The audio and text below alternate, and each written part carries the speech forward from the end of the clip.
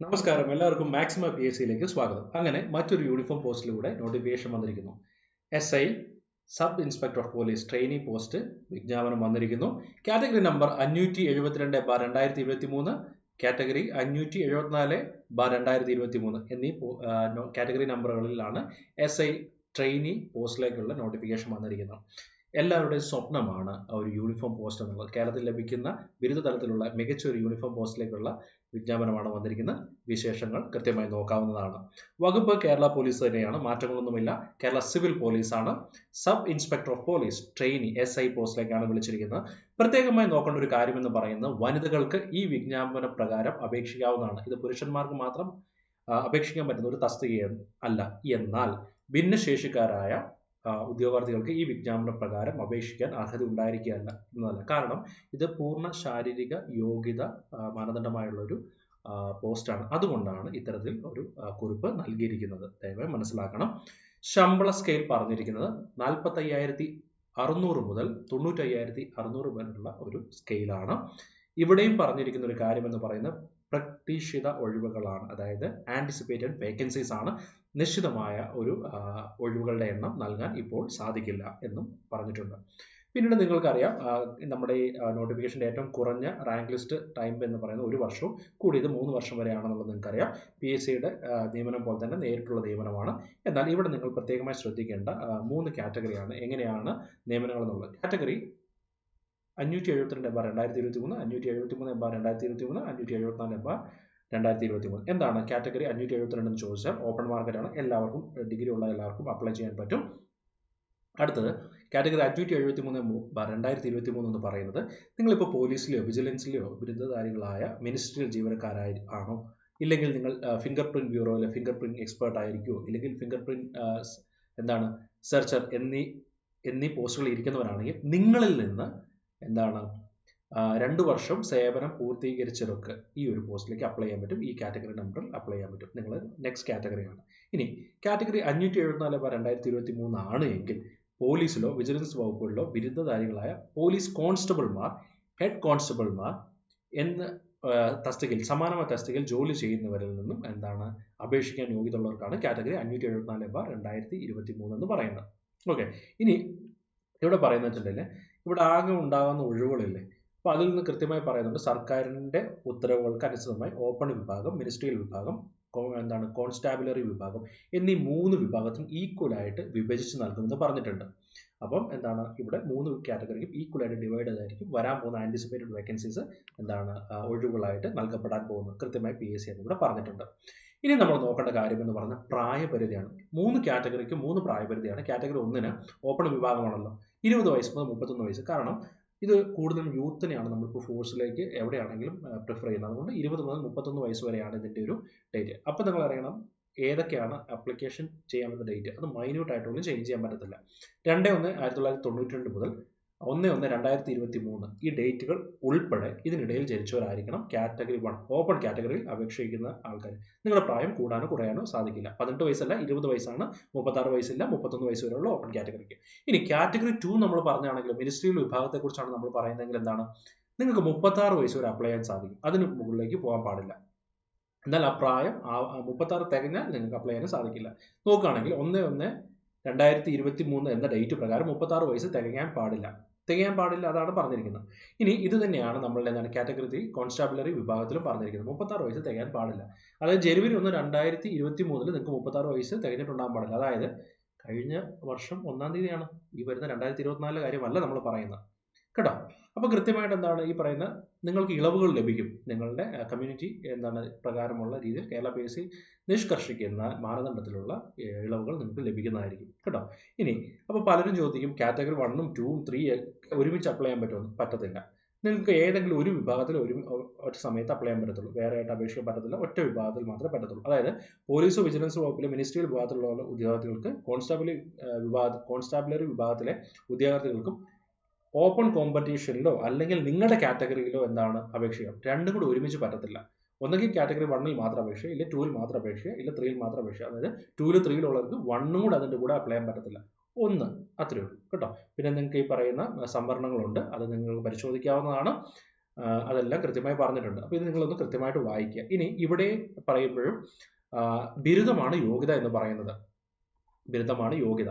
ഇനി മറ്റ് ഈ പറയുന്ന എന്താണ്, കാറ്റഗറി 1 നമ്മൾ പറയുന്നതെങ്കിൽ പട്ടികജാതി പട്ടികവർഗ ഉദ്യോഗാർത്ഥികളെ സംബന്ധിച്ചിടത്തോളം ഈ യോഗ്യത എന്ന് പറയുന്നത് എന്താണ്, ഉള്ളവരുടെ അഭാവത്തിൽ, അതായത് ബിരുദ യോഗ്യത ഉള്ളവരുടെ അഭാവത്തിൽ അംഗീകൃത സർവകലാശാലയിൽ നിന്ന് ഇന്റർമീഡിയറ്റോ പ്രീ യൂണിവേഴ്സിറ്റിയോ, നമ്മുടെ PUC എന്നൊക്കെ പറയില്ലേ, പ്രീ യൂണിവേഴ്സിറ്റി 12th അത് പാസ്സായ ഉദ്യോഗാർത്ഥികൾക്ക് അവർക്ക് സംവരണം ചെയ്തിട്ടുള്ള ക്വാട്ട തികയ്ക്കുന്നതായിട്ട് പരിഗണിക്കും.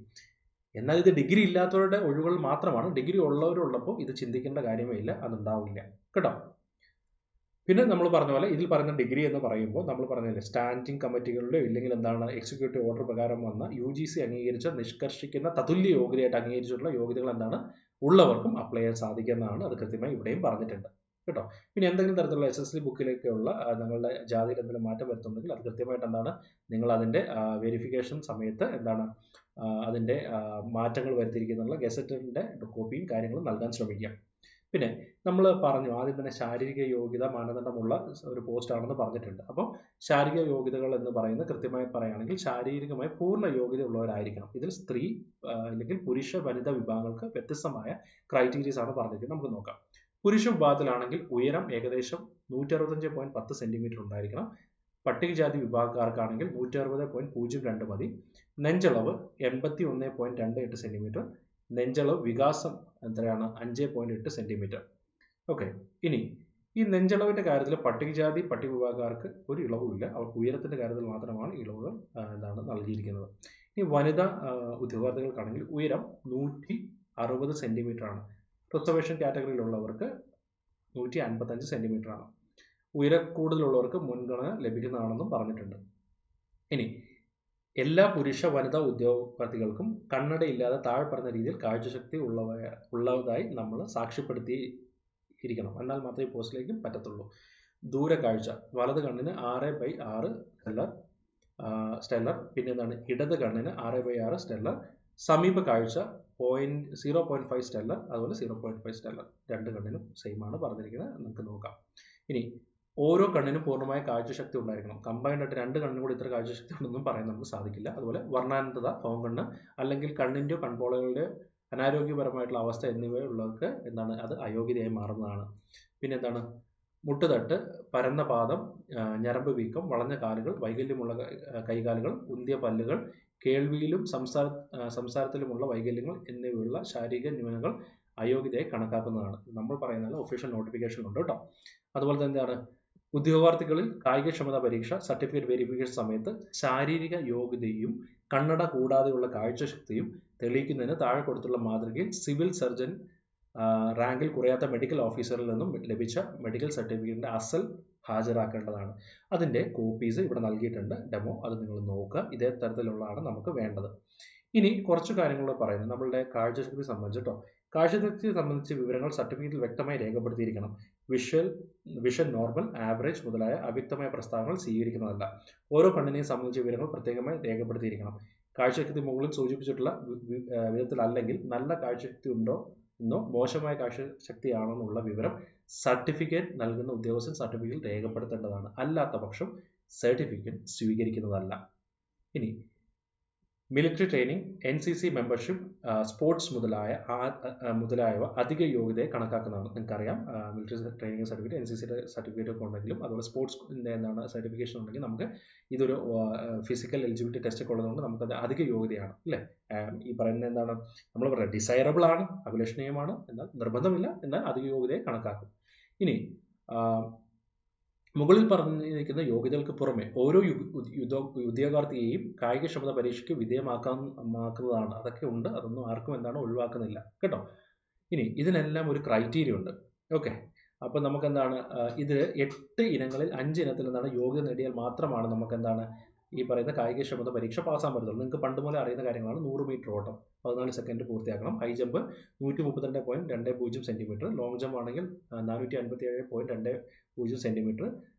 ഷോർട്ട് പുട്ടിംഗ് ഷോട്ട് ആണെങ്കിൽ ഏകദേശം എന്താണ് 609.60 സെന്റിമീറ്റർ. ക്രിക്കറ്റ് ബോൾ ത്രോയിങ് ആണെങ്കിൽ 6096 സെൻറ്റിമീറ്റർ.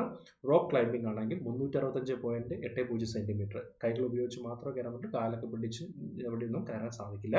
പുള്ളപ്പ് അഥവാ ചിന്നിങ് 8 തവണ, 8 എണ്ണം കേട്ടോ, 8 കൗണ്ട്. 1500 മീറ്റർ ഓട്ടം 5 മിനിറ്റ് 44 സെക്കൻഡിൽ പൂർത്തീകരിക്കണം. ഓക്കെ, ഇതാണ് പറഞ്ഞിരിക്കുന്നത്. ഇനി വനിതാ ഉദ്യോഗാർത്ഥിക്കുള്ള കായികക്ഷമത പരീക്ഷകൾ നമുക്ക് നോക്കാം. അതും ഈ പറയുന്ന പോലെ എന്താണ്, 8 എണ്ണത്തിൽ 5 എണ്ണം നമ്മൾ പാസ്സാകണം. 100 മീറ്റർ ഓട്ടം 17 സെക്കൻഡിൽ പൂർത്തീകരിക്കണം. High jump 1.06 metre, long jump 3.05 metre, putting the shot 4.88 metre, 200 metre ഓട്ടം 36 സെക്കൻഡിൽ പൂർത്തീകരിക്കണം. Throwing the ball 14 metre, shuttle race 26 സെക്കൻഡിൽ തീർക്കണം. എന്താണ്, സ്കിപ്പിംഗ് 80 തവണ 1 മിനിറ്റ്. ഓക്കെ, 80 തവണ സ്കിപ്പ് ചെയ്യണം 1 മിനിറ്റിൽ കേട്ടോ. ഈ പറയുന്ന നിങ്ങൾ ഈ കായിക പരീക്ഷയിലൊക്കെ പങ്കെടുക്കുന്ന സമയത്ത് നിങ്ങൾ അറിയാതെ സ്ലിപ്പായി വീഴുകയോ എന്തെങ്കിലും ഒരു അപകടം പറ്റുകയോ ചെയ്താൽ വീണ്ടും നിങ്ങൾക്ക് എന്താണ് ഈ ഒരു പോസ്റ്റിലേക്ക് ആ സമയത്ത് നടത്തുന്ന പരീക്ഷ ഒന്നും കൂടെ നിങ്ങൾക്ക് വേണ്ടി നടത്തില്ല, പിന്നീട് അവസരം നൽകില്ല കേട്ടോ. പിന്നെ എന്താണ്, നിങ്ങൾക്ക് കൃത്യമായി ഇവിടെ പറഞ്ഞിട്ടുണ്ട് നോക്കുക. ട്രെയിനിങ് സമയത്ത് 1 വർഷക്കാലം പോലീസ് ട്രെയിനിങ് കോളേജിൽ നിങ്ങൾക്ക് ട്രെയിനിങ് ഉണ്ടായിരിക്കുന്നതായിരിക്കും. അതിനുശേഷം 10 മാസം ജില്ലകളിൽ പ്രായോഗിക പരിശീലനം ഉണ്ടായിരിക്കുന്നതാണ്. മേൽപ്പറഞ്ഞ ട്രെയിനിങ് കാലം പ്രൊബേഷൻ, ഇൻക്രിമെന്റ്, സർവീസ് എന്നിവയ്ക്കായി എന്താണ് കണക്കാക്കില്ല. കാരണം ഇത് പൂർത്തീകരിച്ച് കഴിയുമ്പോൾ നിങ്ങൾക്ക് എന്താണ്, നിയമിക്കപ്പെടുന്ന സ്റ്റേഷനിൽ സ്വതന്ത്രമായ അധികാരം ഏറ്റെടുക്കുന്ന രീതി ആ തീയതി മുതൽ നിങ്ങൾക്ക് എന്താണ് 3 വർഷത്തോളം 2 വർഷക്കാലം പ്രൊബേഷൻ പീരീഡ് ആയിരിക്കും. ആ സമയത്ത് നിങ്ങൾ കൃത്യമായി നല്ല രീതിയിൽ എന്താണ് പൂർത്തീകരിക്കുകയാണെങ്കിൽ നിങ്ങൾക്ക് നിശ്ചയിക്കുന്ന എന്താണ് കാലാകാലങ്ങളുള്ള സ്റ്റൈപ്പൻഡ് ഒക്കെ നിങ്ങൾക്ക് ലഭിക്കുന്നതാണ് കേട്ടോ. അടുത്തത് അപേക്ഷ സമർപ്പിക്കേണ്ട രീതി നിങ്ങൾക്ക് എല്ലാവർക്കും അറിയാം. നിങ്ങൾ എന്താണ് വൺ ടൈം രജിസ്ട്രേഷൻ ചെയ്യുക, യൂസർ ID പാസ്വേഡും വെച്ച് കയറുക, നിങ്ങൾ നോട്ടിഫിക്കേഷനിൽ അപ്ലൈ ചെയ്യുക. എന്നിട്ട് ഇതിൻ്റെ ഒരു ഫർദർ ഫ്യൂച്ചർ കാര്യങ്ങൾക്ക് വേണ്ടി നിങ്ങൾ എന്ത് ചെയ്യണം, നിങ്ങളുടെ ഈ പറയുന്ന അപേക്ഷയുടെ സോഫ്റ്റ് കോപ്പി എടുത്തിട്ട് അത് പ്രിൻ്റ് ഔട്ട് ആയിട്ട് കയ്യിൽ പ്രിൻ്റ് എടുത്ത് സൂക്ഷിക്കാൻ ശ്രമിക്കുക കേട്ടോ. പിന്നെ പരീക്ഷ ഷെഡ്യൂളിലും സിലബസിനൊക്കെ ഉള്ള സ്പെഷ്യൽ ആയിട്ടുള്ളൊരു നോട്ടിഫിക്കേഷൻ വരും. ഇപ്പോൾ തൽക്കാലം എക്സാം നടത്തുന്നു എന്നുള്ള നോട്ടിഫിക്കേഷൻ മാത്രം, ഇൻഫോർമേറ്ററി നോട്ടിഫിക്കേഷൻ മാത്രമാണ് വന്നിരിക്കുന്നത്. അപ്പോൾ നിങ്ങളുടെ സിലബസ്, അതിൻ്റെ ഷെഡ്യൂൾ, എക്സാം ഷെഡ്യൂളൊക്കെ നിങ്ങൾക്ക് എക്സ്ട്രാ നോട്ടിഫിക്കേഷൻ വരുന്നതായിരിക്കും. പിന്നെ നിങ്ങളുടെ ആധാർ കാർഡ് ഇതുമായിട്ട് ലിങ്ക് ചെയ്യണം. നിങ്ങളുടെ ഒരു തിരിച്ചറിയൽ കാർഡായിട്ട് പ്രൊഫൈൽ ആധാർ കാർഡ് ലിങ്ക് ചെയ്തേ പറ്റത്തുള്ളൂ. പിന്നെ നിങ്ങൾക്ക് ഈ പറയുന്ന നിങ്ങൾ എന്തെങ്കിലും നിങ്ങളുടെ വിദ്യാഭ്യാസ യോഗ്യത, നിങ്ങളുടെ ഈ പറയുന്ന പ്രവർത്തന പരിചയത്തിൽ എന്തെങ്കിലും തെറ്റായ വിവരങ്ങൾ നൽകി അത് ഒരു ഫോർജറി ആയിട്ട് കണക്കാക്കി നിങ്ങൾക്ക് നിങ്ങൾക്കെതിരെ ഈ പറയുന്ന ഒരു റൂൾ ഓഫ് പ്രൊസീജിയർ വെച്ചിട്ട് നിങ്ങൾക്ക് ഈ പറയുന്ന അയോഗ്യമാക്കുകയോ ഇല്ലെങ്കിൽ നിങ്ങൾ സ്ഥിരമായിട്ടുള്ള ഈ പറയുന്ന നിരോധനം ഏർപ്പെടുത്തുകയൊക്കെ ചെയ്യാൻ സാധിക്കും. ദയവിൽ നിങ്ങൾ അനാവശ്യമായ രീതിയിൽ ഒരു കാര്യവും ചെയ്യാതിരിക്കുക, മാൽ പ്രാക്ടീസ് ഒക്കെ ഒഴിവാക്കുക കേട്ടോ. ഇനി 31/1/2024 ജനുവരി 1, 2024 ബുധനാഴ്ച രാത്രി 12 മണി വരെയാണ് നിങ്ങൾക്ക് അപേക്ഷ സമർപ്പിക്കാൻ സാധിക്കുക. ഇതുപോലെ തന്നെ നിങ്ങൾക്ക് ഈ പറയുന്ന കേരള PSCയുടെ വെബ്സൈറ്റിൽ നോക്കാം. അതിന് പൂർണ്ണമായ വിവരങ്ങൾ ഇനി എന്തെങ്കിലും നിങ്ങൾക്ക് ലഭിക്കണമെന്നുണ്ടെങ്കിൽ നിങ്ങൾക്ക് ഗസറ്റിൻ്റെ വിജ്ഞാപനത്തിൻ്റെ പാർട്ട് 2-ൽ നിങ്ങൾക്ക് കൃത്യമായ വിവരങ്ങൾ ലഭിക്കും.